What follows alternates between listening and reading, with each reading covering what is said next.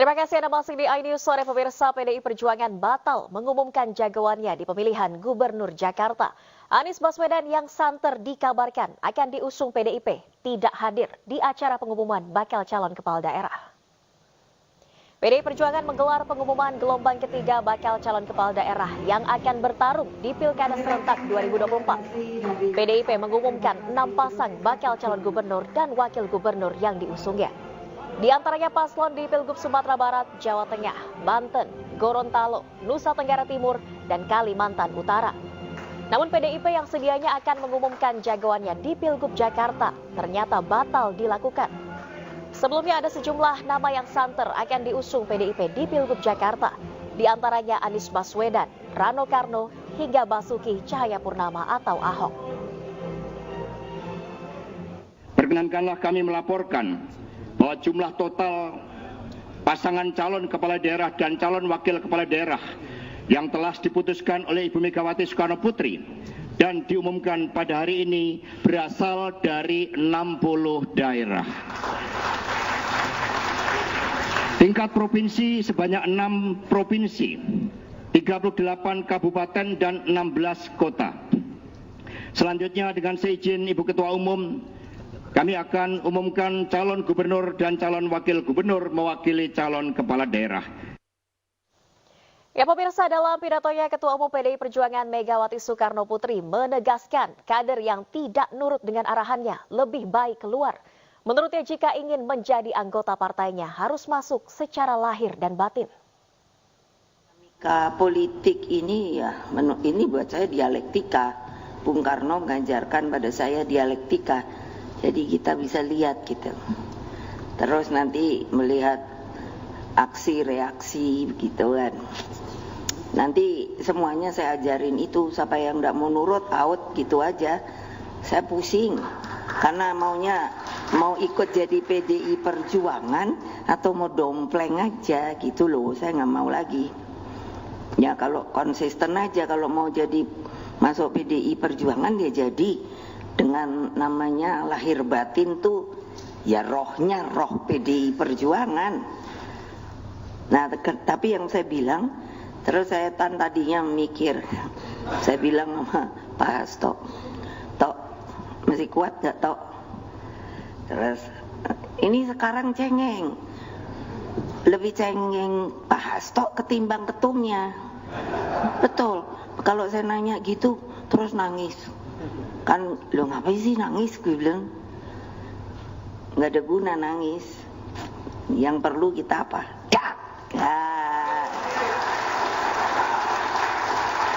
iya loh, buktinya akhirnya kan juga iya, saya sendiri kaget kok.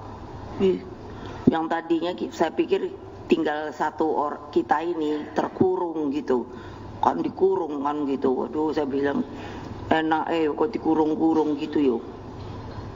Aduh, Indonesia ini lucu. Saya kemarin itu berkontemplasi sama bapak saya. Saya bilang, Pak, dulu tuh kayak apa sih kamu tuh? Saya aja udah ngap rasanya.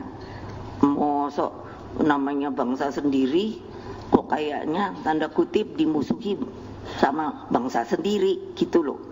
Kan lucu, tapi kan beliau pernah lo ngomong, kalau saya lebih mudah karena mengusir penjajah. Baca tuh bukunya Bung Karno. Tapi kalau kita nanti maka akan tanda kutip melawan bangsa sendiri. Saya baru ngerti, oh gini ya. Rakyat itu yang saya pernah sering kali ngomong, rakyat itu tidak bodoh. Rakyat itu pintar. Hanya ini. Dulu saya pernah Pak Ahok, ini ada Pak Ahok. Sampai tadi aja saya bilang, Ahok, selotip tetap berjalan lo. Habis senengannya nyerocos aja gitu loh. Terus saya bilang, itu di luar banyak media. Ya pemirsa, lalu benarkah pertemuan Anies Baswedan dengan PDI Perjuangan memunculkan setitik harapan akan bersatunya Anies dengan PDIP? Kita akan membahasnya bersama juru bicara Anies Baswedan Usamah Abdul Aziz dan pengamat politik Yunarto Wijaya. Selamat sore Bung Usama, Bung Toto, apa kabar? Selamat sore, kabar baik. Baik, Baik. Mbak Valerie. Saya ke Bung Usama terlebih dahulu. Bung Usama, 1 hari menjelang pendaftaran di KPU, masih belum diumumkan PDIP mengusung Anies atau tidak. Masih adakah harapan? Oh iya, harapan selalu ada, Mbak. Kita perlihatkan mulai dari hari Senin ya, begitu harapan tertutup oleh 12 partai yang mendeklarasikan, ternyata harapan kembali terbuka dengan adanya MK di hari Selasa. Hari Rabu ditutup kembali dengan adanya rencana dari DPR RI untuk bisa merevisi keputusan MK. Hari Kamis dengan aksi akhirnya terbuka kembali harapan. Jadi kalau bicara soal harapan selalu ada, karena batas akhir itu di tanggal 29. Oke, tadi sebetulnya Anies Baswedan hadir atau tidak di DPP PDIP, Bung Usama? Ya, memang tadi pagi ada undangan dari PDIP untuk bisa berkomunikasi dengan Pak Rano Karno. Jadi di sana Pak Anies bertemu dengan Pak Rano Karno untuk berdiskusi, berkomunikasi, bertukar pikiran soal Jakarta. Jadi memang undangannya seperti itu dan diskusinya berlangsung secara hangat dan saya rasa juga sudah banyak beredar fotonya ya, yang memang beliau diskusi. Oke, tadi sudah bertemu dengan Rano Karno karena memang keduanya digadang-gadang akan dipasangkan. Kenapa kemudian tidak diumumkan hari ini? Apakah dari pihak Anies Baswedan juga mempertanyakan hal ini, Bung Usama? Enggak ya, kita tidak mempertanyakan apapun karena memang itu adalah wewenang dari partai. Kami di sini memang tidak mempertanyakan hal itu karena semuanya memang wewenang dari partai dan itu sudah menjadi haknya partai untuk menentukan siapa akan didukung untuk di Jakarta. Gitu. Oke, saya ke Bung Toto. Bagaimana Anda melihat peluang Anies akan diusung oleh PDIP? Masih terbuka lebarkah, Bung Toto? Iya, sebenarnya masih terbuka sekali karena ini kan terlanjur pemberitaan muncul sehingga seakan-akan sudah pasti hari ini akan diumumkan. Samaan dengan pengumuman dari beberapa pilgub yang cukup besar juga daerahnya. Baru bisa dikatakan tertutup kalau kemudian sisa DKI saja misalnya. Tapi kan kita tahu Jabar juga belum diumumkan, Jatim juga belum diumumkan. Jadi sepertinya memang akan berikut. Dan kalau mau menduga-duga, sepertinya yang namanya puncaknya ini karena paling banyak disorot terkait DKI, bukan tidak mungkin akan disimpan sampai hari terakhir tanggal 29 ya.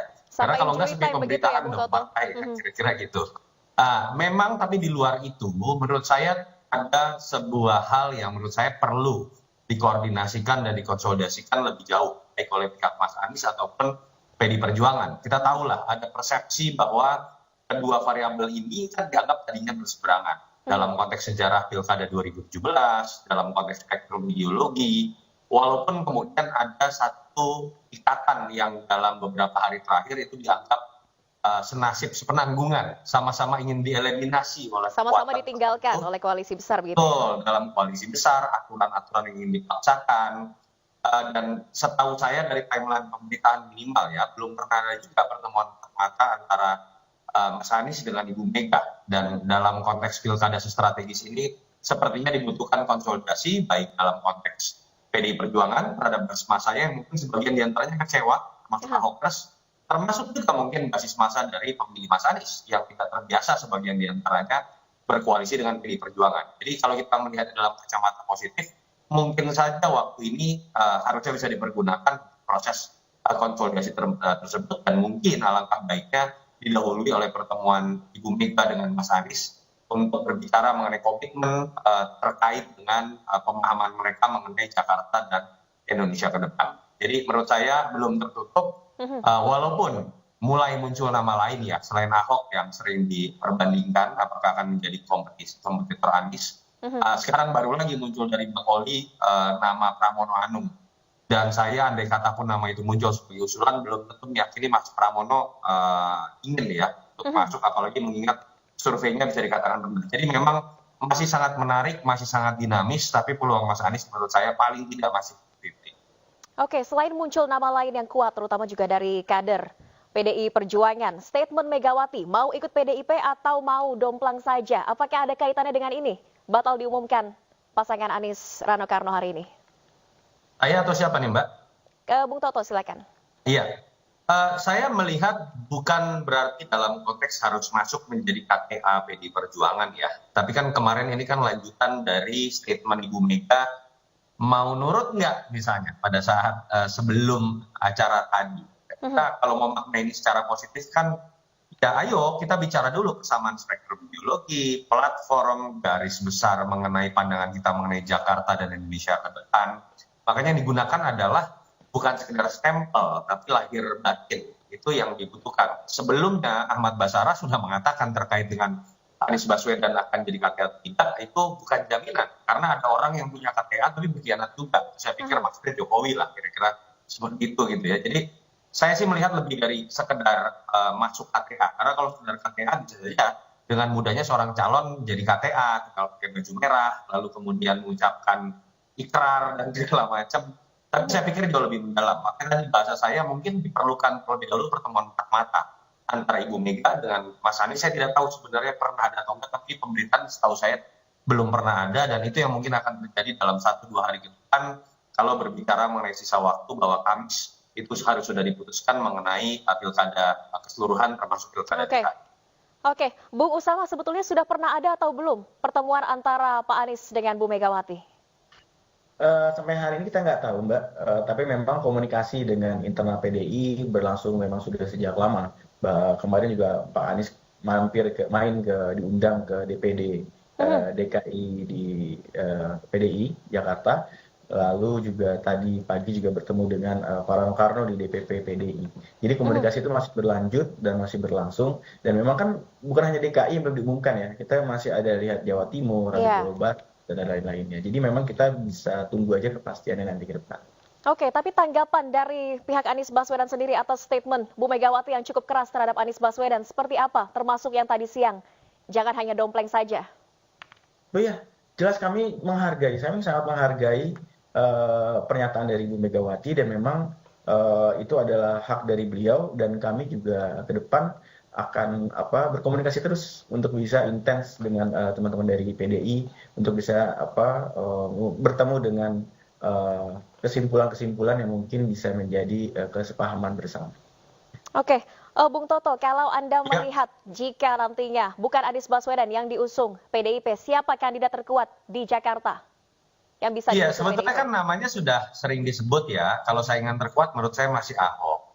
Tapi hari ini mengejutkan juga muncul nama Pramono Anung. Saya tidak tahu apakah ini dalam konteks untuk tidak terjebak dalam 2 nama saja yang bisa menimbulkan sebuah friksi atau logika oposisi biner misalnya. Kita tahu kan Ahokers juga cenderung agak sulit menerima Anies.